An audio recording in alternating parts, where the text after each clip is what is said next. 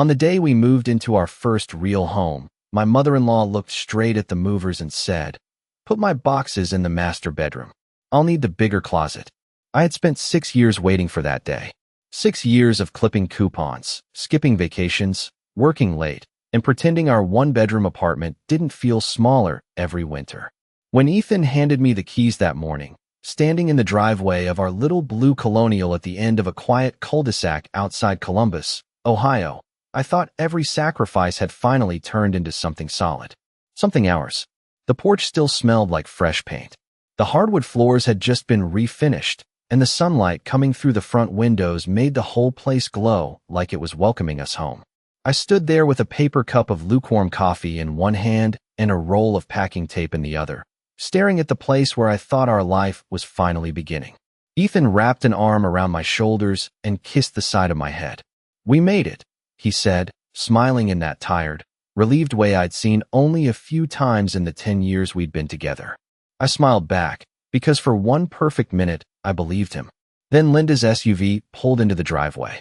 My mother-in-law got out wearing cream slacks, a floral blouse, and the expression she always wore when she was about to criticize something she hadn't paid for. She waved too brightly, like she was arriving at a party she had organized herself. "I'm here to help," she called, already opening her trunk before either of us answered. I told myself to stay calm. It was moving day. Of course she wanted to stop by. Of course she'd bring muffins no one asked for and offer opinions no one needed. That was just Linda. But when I looked past her shoulder, I didn't see a casserole dish or a box of cleaning supplies. I saw 3 full-size suitcases, 2 banker's boxes sealed with thick brown tape, a garment bag, a standing lamp wrapped in a blanket. The movers paused at the curb, waiting for instructions, and before I could even set down my coffee, Linda lifted one manicured hand and pointed toward the staircase like she owned the place. "Those go upstairs," she said. "Master bedroom, please. And be careful with the lamp. It's antique." For a second, I honestly thought I had misheard her. I laughed, the way people laugh when something is too absurd to process. "Oh," I said, forcing a smile. "I think those should go in the guest room for now." Linda turned to me slowly, her smile never moving, but something colder settled behind her eyes. "No, sweetheart," she said in that syrupy tone she used whenever she wanted to make me feel 12 years old. "The guest room is much too small for everything I'll need. I'll be staying here for a while." I looked at Ethan. He was standing by the moving truck, one hand on a box labeled kitchen, the other rubbing the back of his neck. He didn't say a word. Not one. That was the moment the excitement drained out of me so fast, it almost made me dizzy. Because it wasn't just what Linda had said. It was the silence that followed. The silence from my husband. The silence from the movers politely waiting for someone to tell them whose home this actually was. And standing there in the bright Ohio sunlight, on the front lawn of the house I had dreamed about for years, I realized with a cold, sinking certainty that Linda hadn't come to help us move in. She had come to move in herself. For the next few minutes, I moved through that house like someone trapped inside a dream that had turned strange without warning. The movers carried in our sectional, my grandmother's oak dining table, the boxes of dishes I had wrapped in old dish towels and newspaper, and all the while Linda stood in the middle of my foyer with her leather handbag over one arm, directing traffic as if she had hired them herself. "Not there," she said when they brought in the rug I had picked out after 3 months of comparing samples online. "That color makes the room look smaller." She pointed toward the front sitting room instead. "Put it in here. This will make a lovely space for me to read in the mornings." I opened my mouth, then closed it again. Ethan was signing something on a clipboard near the truck, avoiding my eyes so completely it felt deliberate. By noon, the house no longer sounded like a new beginning. It sounded like drawers slamming, packing tape ripping, and Linda's voice floating from room to room, calm and confident and entirely too familiar. "The plates should go in the upper cabinet," she told one of the movers when he brought in my kitchen boxes. "She is too short to reach them, but Ethan can." She said it lightly, as if it were a joke, but the mover glanced at me with that quick, embarrassed look strangers get when they realize they have stepped into something private. I set down the box I was carrying and walked into the kitchen, where the afternoon light was spilling across the white quartz counters I had begged Ethan to keep instead of replacing with something cheaper. This kitchen had been the reason I loved the house in the first place. The deep farmhouse sink, The pantry tucked behind a narrow door. The long island where I had imagined holiday baking and Sunday morning pancakes and coffee in quiet sunlight. Linda had already opened 3 boxes without asking. My measuring cup sat on the counter. My spice rack had been removed from the box and lined up near the stove in a neat row I would never have chosen. She had stacked her own ceramic canisters beside the toaster, cream-colored with tiny painted roses, the kind of thing she loved and I would never buy in a million years.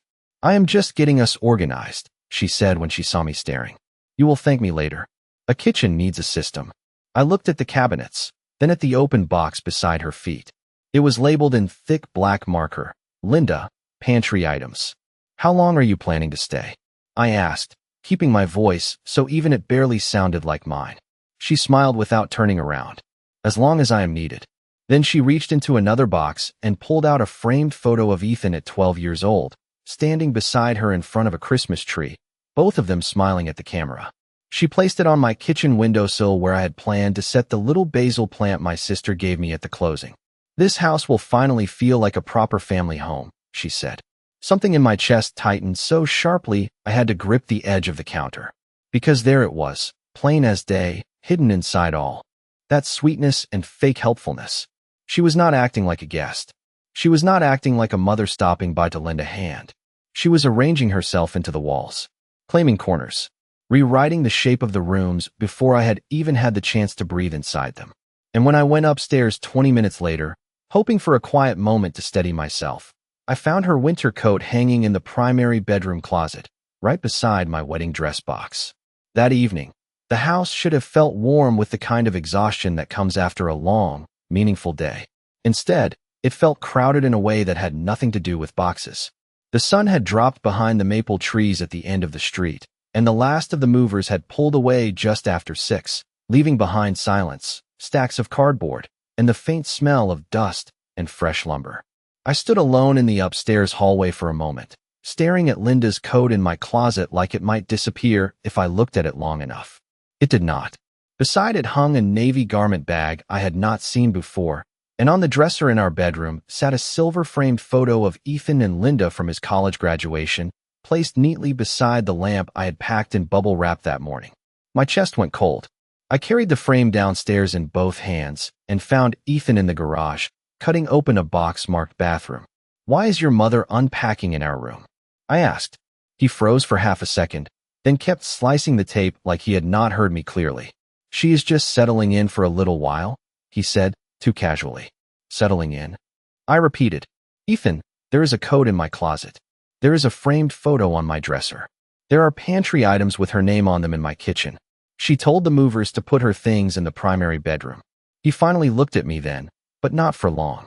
"Can you please not make this a thing on the first day?" he asked, rubbing his forehead. "She sold the condo faster than expected. The buyer wanted a quick close.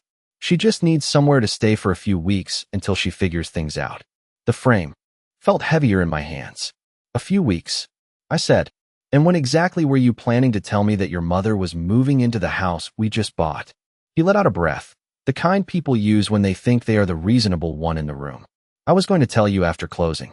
Then everything got busy. Then moving happened. I did not want to stress you out." I laughed once, sharp and quiet, because there was something almost insulting about how calmly he said it. "You did not want to stress me out," I repeated. "So instead, you let me find out when your mother claimed my bedroom in front of strangers." He flinched at that, but only slightly. "It is not like that, Claire." "Then what is it like?" I asked. "Because from where I am standing, it looks exactly like that." Before he could answer, Linda's voice drifted in from the kitchen, light and cheerful and perfectly timed. "Ethan, sweetheart, do you want chicken salad or turkey for sandwiches? I found the good plates." I closed my eyes for 1 second. The good plates. My grandmother's wedding china.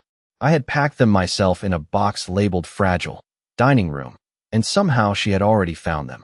Ethan stepped past me toward the door to the kitchen, like the conversation had naturally ended. "We will talk later," he said. But as he moved, I noticed a manila folder tucked under his arm, thick and creased from being carried around all day. It slipped just enough for me to see the printed label across the top before he turned it away. "Change of address confirmation." I did not say another word. I just stood there in the garage, holding that silver frame while the fluorescent light hummed above me, and understood with a kind of terrible clarity that this had not happened by accident. Linda had not simply arrived early. Ethan had not merely forgotten to mention it. Somewhere between the closing papers and the moving truck, they had made plans for my house without me. That night, I barely tasted the sandwich I made myself. Linda had turned my kitchen into a performance by then, moving through it with the confidence of someone who had already decided every drawer belonged to her. She had found the silverware, rearranged the spice cabinet, and somehow managed to place her own floral dish towel over the oven handle like a flag planted on conquered ground. Ethan sat at the kitchen island eating turkey on whole wheat, nodding whenever she spoke, as if this was all mildly inconvenient but fundamentally normal. I sat across from them on a folding chair because our dining chairs were still stacked in the corner, unopened, and watched the two of them move around each other with an ease that made my stomach twist. This was not a last-minute emergency. This was choreography. I told Marlene from church we might host brunch next Sunday, Linda said, spreading mayonnaise with careful little strokes. Nothing fancy, just 6 or 7 people. It will be nice for the neighbors to see family around the table. I looked up slowly. Next Sunday? I asked. We have not even unpacked. She gave me that same soft smile, the one she used when she wanted to make me seem unreasonable for noticing something obvious. That is exactly why people should come now, dear. A home needs warmth, activity. It cannot just sit there feeling empty. A home, not our home, not Ethan and Claire's home, just a home, as if she had been waiting her whole life for the right doorway to step through. I carried my paper plate to the sink and turned on the faucet, mostly so I would not have to answer. The water ran hot over my fingers, and for one strange second I was back in our old apartment 2 years earlier, standing in that narrow galley kitchen while Linda stood in the doorway, holding a set of curtains I never asked for. These will look much better than those plain ones, she had said, already climbing onto a chair to take mine down. Then there had been the time she used the spare key Ethan had given her for emergencies and let herself in on a Saturday morning while I was still in pajamas, holding a grocery bag full of frozen casseroles and talking about how she had reorganized our freezer because you two clearly do not have a system. Then Thanksgiving, when she stood at my stove and corrected my gravy in front of Ethan's cousins, laughing and saying, "Claire is trying," but she did not exactly grow up in a real family kitchen. I had swallowed each moment, the way women are taught to swallow so many things. To keep peace, to be gracious, to not make holidays harder than they already are. Standing there at my brand new sink, I realized all those memories were not separate annoyances. They were a pattern, tiny rehearsals, each one teaching her what she could get away with. Each one teaching Ethan that if he waited long enough, I would smooth it over myself. Behind me, I heard Linda laugh softly on the phone in the breakfast nook, her voice dropping into that intimate, pleased tone people use when they think they are sharing good news. "Yes," she said, and I stilled without turning around. "I am finally in. The house is beautiful. Once I get everything where it belongs, this place will run properly." There was a pause. Then she added, lower this time, "If I had left it up to her, my son would be living in a furniture catalog." I turned off the faucet and dried my hands very slowly. I did not confront her. I did not even look in her direction. I just stood there, staring at the reflection of the kitchen lights in the dark window over the sink, and for the first time all day, I stopped hoping this was a misunderstanding. It was not. Linda had not come to stay with us. Linda had come to take over. And if I wanted to keep that house from becoming hers, I was going to have to stop being polite long before she expected me to. I did not sleep much that first night. Every sound in the house felt unfamiliar, even the normal ones. The refrigerator hummed in the kitchen below us. The old air vent in the upstairs hallway clicked every few minutes. Somewhere around 2 in the morning, I heard footsteps outside the bedroom door, slow and deliberate, followed by the soft creak of the 3rd stair from the top. I lay still, staring at the ceiling, listening as someone moved toward the guest room. Linda. Even in the dark, I could picture her perfectly, robe tied neatly, slippers whispering across hardwood, making herself comfortable in a house that still did not feel like mine anymore. Ethan was asleep beside me, one arm over his face, breathing evenly like the day had not ended with his mother's coat in our closet and a change of address form hidden under his arm. I turned toward the window and watched the street light glow through the blinds until dawn began to wash the room in pale gray. By 6:30, I was downstairs making coffee in a kitchen that already looked less like mine than it had 12 hours earlier. Linda's ceramic canisters sat in a neat row by the toaster. My measuring spoons had been moved to a drawer I would never have chosen. The basil plant from my sister was still in its gift bag on the counter, unopened, while Linda's framed photo of Ethan at 12 smiled at me from the windowsill. I poured coffee into my travel mug and opened my laptop at the kitchen island before either of them woke up. If Ethan and Linda had made plans behind my back, then I needed to know exactly how far those plans went. I logged into our shared banking folder first. The closing documents were still there from the title company, scanned and saved in the folder I had created myself. Purchase agreement, wire confirmation, loan estimate, final closing disclosure. I opened each one slowly, reading every line this time not as a new homeowner, but as a woman trying to understand whether she had just been outmaneuvered in her own life.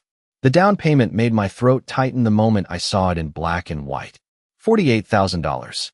$40,000 had come directly from the inheritance my grandmother left me when she passed.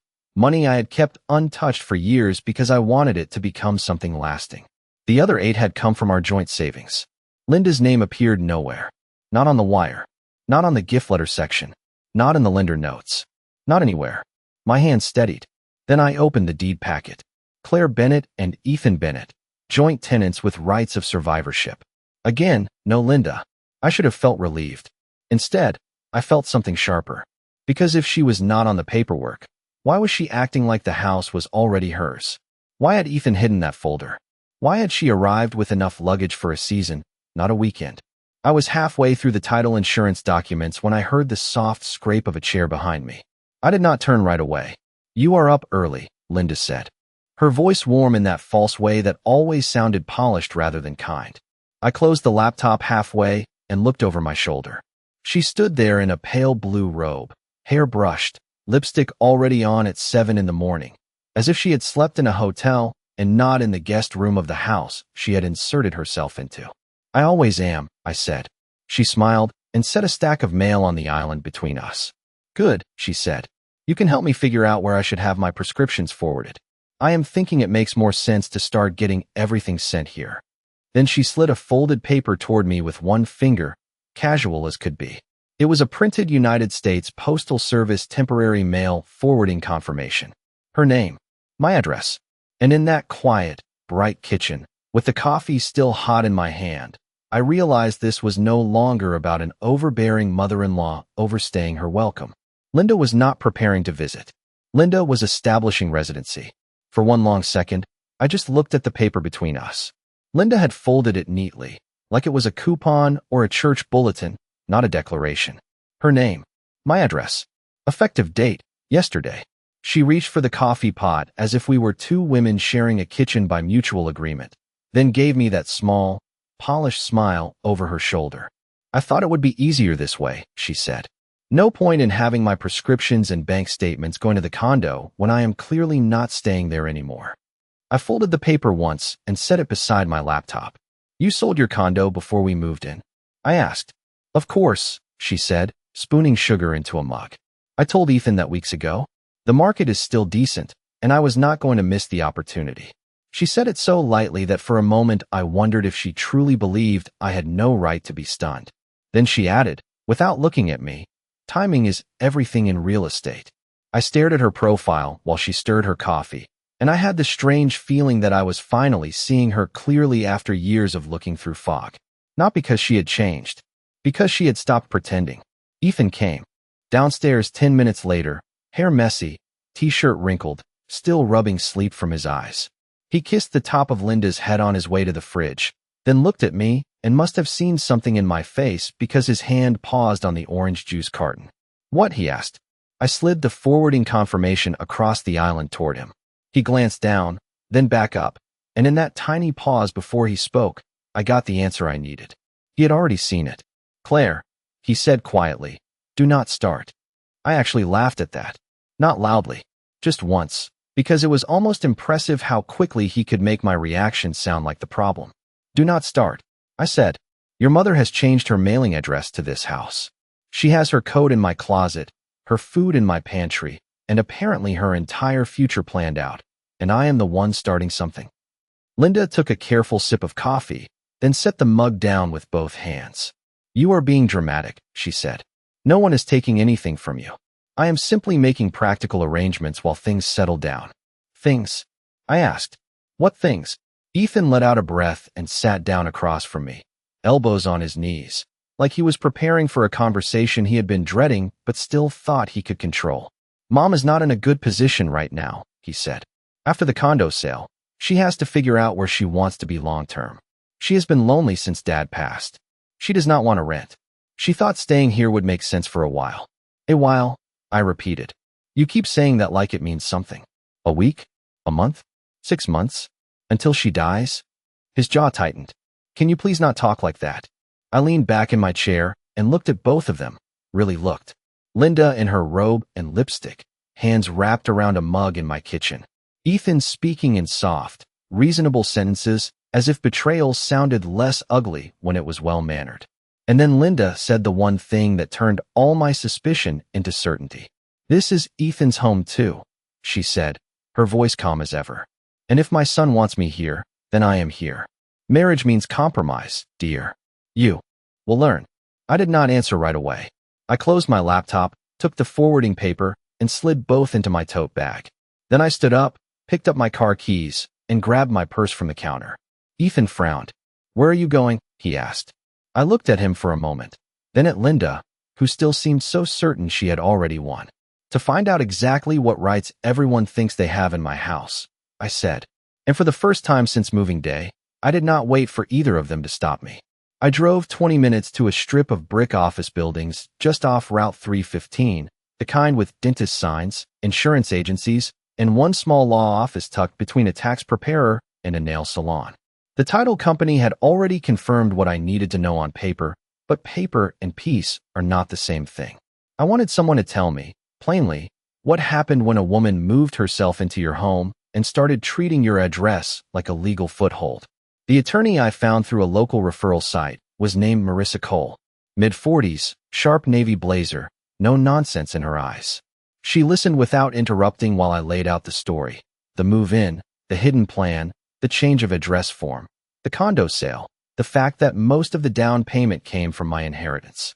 When I slid the forwarding confirmation across her desk, she did not even blink. She just folded her hands and said, "You did the right thing by coming in early." There is something strange about hearing the word early when your life already feels hijacked. Can she claim anything just by getting mail there? I asked. Marissa shook her head once. Not ownership. But residency issues can get messy fast, especially if your husband is inviting her to stay and she starts establishing a paper trail. Mail, prescriptions, bank statements, doctor records, utilities, anything that ties her daily life to that address. If this turns into a dispute later, those details matter. I sat very still in the leather chair across from her desk, hands wrapped around a paper cup of office coffee that tasted like cardboard. So what do I do? She gave me a list, and every item on it felt like oxygen. Secure all property records. Confirm no one else can be added to the deed without my signature. Notify the lender and title company that no ownership changes are authorized without both borrowers present and written consent. Document everything. Dates, statements, photos, mail. Do not scream. Do not threaten. Do not put anything in writing you would not want read aloud later. And most of all, do not wait for things to become more obvious. You are already past obvious, she said. Then she asked the question that changed the whole shape of the morning. Has your husband ever discussed adding her to the property in the future? I almost said no. Then I remembered the manila folder under Ethan's arm.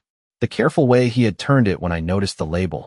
The weeks of private phone calls I had ignored because work had been busy and wedding season at my event planning firm always swallowed my attention whole. I do not know, I admitted. Marissa nodded like that answer told her plenty. Then find out before they get any bolder. When I left her office, I sat in my car with the air conditioning running and my hands on the steering wheel for a full 5 minutes before turning the key. I should have felt panicked. Instead, I felt calm in a way I had not since the movers arrived. Not because things were better, because now they had edges, steps, facts. I stopped at a coffee shop on the way home, and parked where I could see the front door. While I sat there, I opened our shared email account on my phone, the one Ethan and I used for bills, insurance, and mortgage updates. I searched title company, then deed, then mom. Most of it was normal.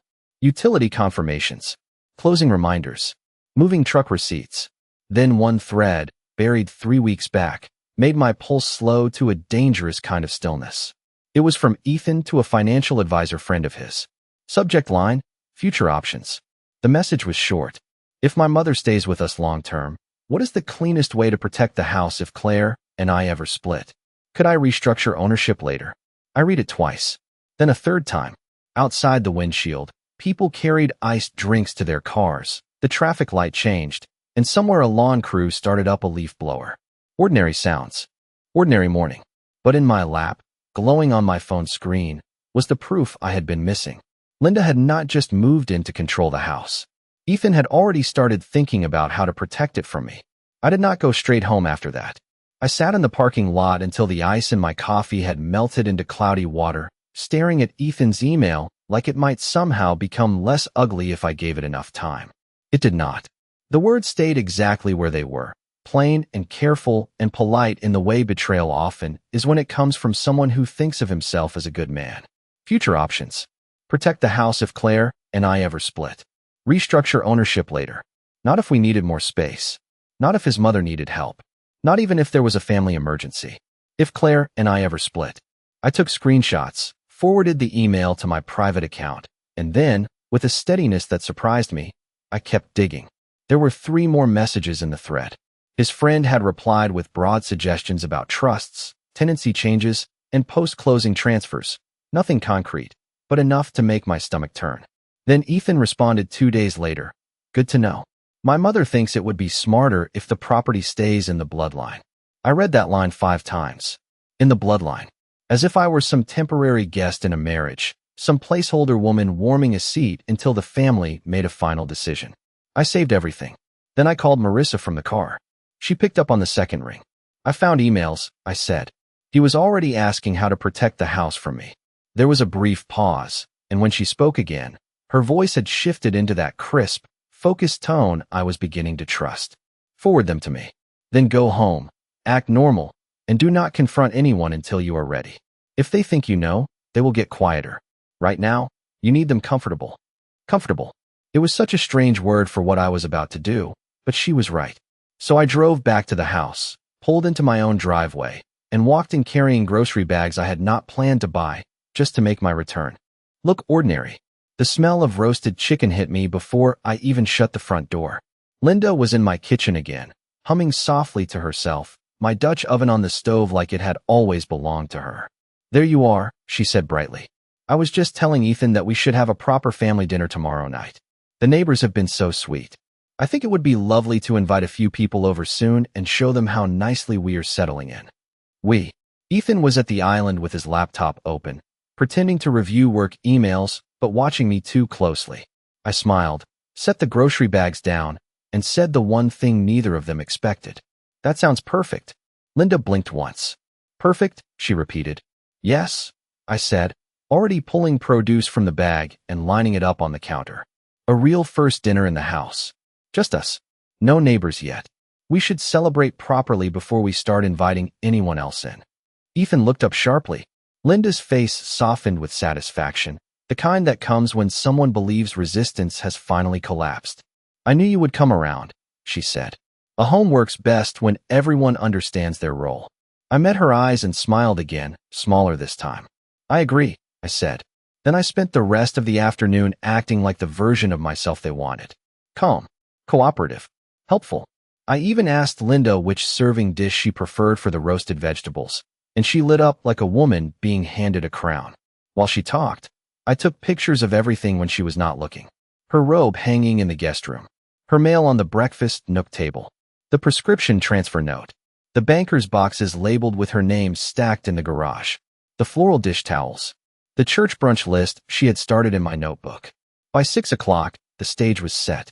Linda thought she was hosting. Ethan thought the tension had passed. And I stood in my own kitchen, chopping carrots under warm pendant lights, already knowing exactly where I was going to place the folder on the table tomorrow night, when it was time to show them who had really been making plans in that house. The next evening, I set the table with my grandmother's oak dining chairs finally unwrapped, and my wedding china laid out under the soft glow of the dining room chandelier. I roasted the chicken, buttered the rolls, and arranged the vegetables exactly the way Linda liked, because by then I understood something important about people like her. They relax when they feel catered to. They become careless when they believe the room belongs to them. By the time Ethan came downstairs, the house smelled warm and settled, the kind of comforting smell I had imagined when I first fell in love with the place. Linda was already seated at the head of the table, not my seat exactly, but close enough to send the message. She had changed into a cream sweater set and pearl earrings, the outfit of a woman prepared to preside. "This feels right," she said as I brought in the serving platter. "A family home should always have dinner at the table." I smiled and set the platter down. "I agree," I said. Ethan looked between us like he was waiting for a storm he hoped might still pass him by. For the first 10 minutes, I let Linda talk. She commented on where she thought the sideboard should go. She suggested the guest room would work better as her room if we brought in the antique dresser from storage. She mentioned that if we had children one day, the nursery should be on the other side of the hall so everyone sleeps better. Then, right on cue, she set down her fork, dabbed the corners of her mouth with a napkin, and smiled across the table like a queen announcing policy. "Now that we are all settling in," she said, "we should probably discuss some permanent arrangements." Ethan went very still. I folded my napkin, placed it beside my plate, and stood up without a word. Linda watched me with mild surprise as I walked into the kitchen and returned carrying a thick manila folder. I set it down in the center of the table, right between the gravy boat and the candle. "Before we discuss permanent arrangements," I said, "I think we should discuss ownership." The room changed in an instant. Not loudly, not dramatically, just the way a room changes when a window shuts and suddenly you can hear your own heartbeat. Linda gave a little laugh. "Claire, do not be ridiculous." I opened the folder and slid the first document toward Ethan. "Final closing disclosure," I said. $48,000 down. $40,000 from my inheritance. $8,000 from our joint savings. Your mother contributed $0. Then I slid the deed across the table. Title: Claire Bennett and Ethan Bennett. No Linda. Ethan stared at the papers, but did not touch them. Linda's smile had thinned, but she still lifted her chin. "That proves nothing except that you two bought a house as a married couple." "You are right," I said calmly. "So let us keep going." I placed the United States Postal Service forwarding confirmation in front of her. Then the photos I had taken of her mail, her boxes, her robe, her prescriptions, her notes about church brunches. Then I turned my phone around and laid it on the table, screen lit with Ethan's email thread. Future options. Protect the house if Claire and I ever split. In the bloodline. I watched Linda's face first, because I wanted to see which emotion would arrive before the others. It was not shame. It was fury. "You went through his email?" she snapped. "You invaded our privacy?" I almost smiled at the word "our." "No," I said. "I reviewed our shared account. The same one used for mortgage documents. The one I created." Ethan finally spoke, his voice rough and low. "Claire, I was just asking questions." "No," I said, looking at him for the first time all evening. "You were planning. Both of you were planning." Linda pushed back from the table, cheeks flushed now, pearl earrings trembling slightly as she turned toward Ethan. "I told you she was sneaky," she said. "I told you she would turn this into a power game." "No," I said again, and this time my voice came out so steady it surprised even me. "You turned it into a power game the moment you walked into my house and told movers to put your boxes in my bedroom." Then I reached into the folder and set down one final sheet of paper. Marissa's letterhead. A formal notice stating that no ownership changes, residency claims, or unauthorized occupancy arrangements would be recognized without mutual written consent, and that any further attempts to alter records or establish tenancy without agreement would be documented for legal action. Ethan went pale. Linda stared at the page, then at me, and for the first time since this began, she looked uncertain. "You talked to a lawyer?" Ethan asked. "Yesterday morning," I said, "while you were both deciding where your mother's prescriptions should be mailed." Silence sat over the table like another guest. The chicken cooled. The candles burned lower. Finally, I folded my hands in front of me, and said the only thing left to say. Linda, you will pack your things tonight. Ethan, you have a choice. If you want to be married to me, your mother leaves, and we start counseling immediately. If you want to keep building a life around her, then you can leave with her. But one way or another, by tomorrow morning, this house stops being a family strategy and starts being what I paid for it to be. My home. Ethan looked at his mother, then at the papers, then at me. Linda opened her mouth, ready with another sweet little speech, another lesson about compromise, another line about bloodlines and roles, and what a wife should tolerate. But this time, no one was listening. And when the sun came up the next morning, the first thing I noticed was not the quiet. It was the space. My kitchen counters looked like mine again. My closet held only my clothes. The windows were open. The basil plant sat on the sill where it belonged. And for the first time since we got the keys, the house felt exactly the way I had dreamed it would. Not bigger, not brighter, just mine.